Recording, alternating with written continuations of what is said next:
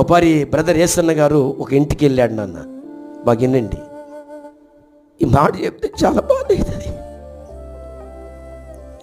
చాలా బాధ అవుతుంది.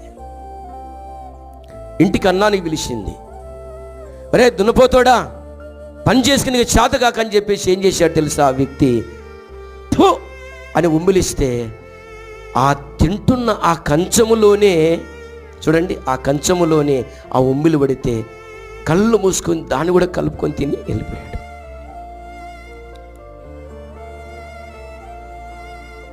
సేవకులంటే అంత చిన్నతర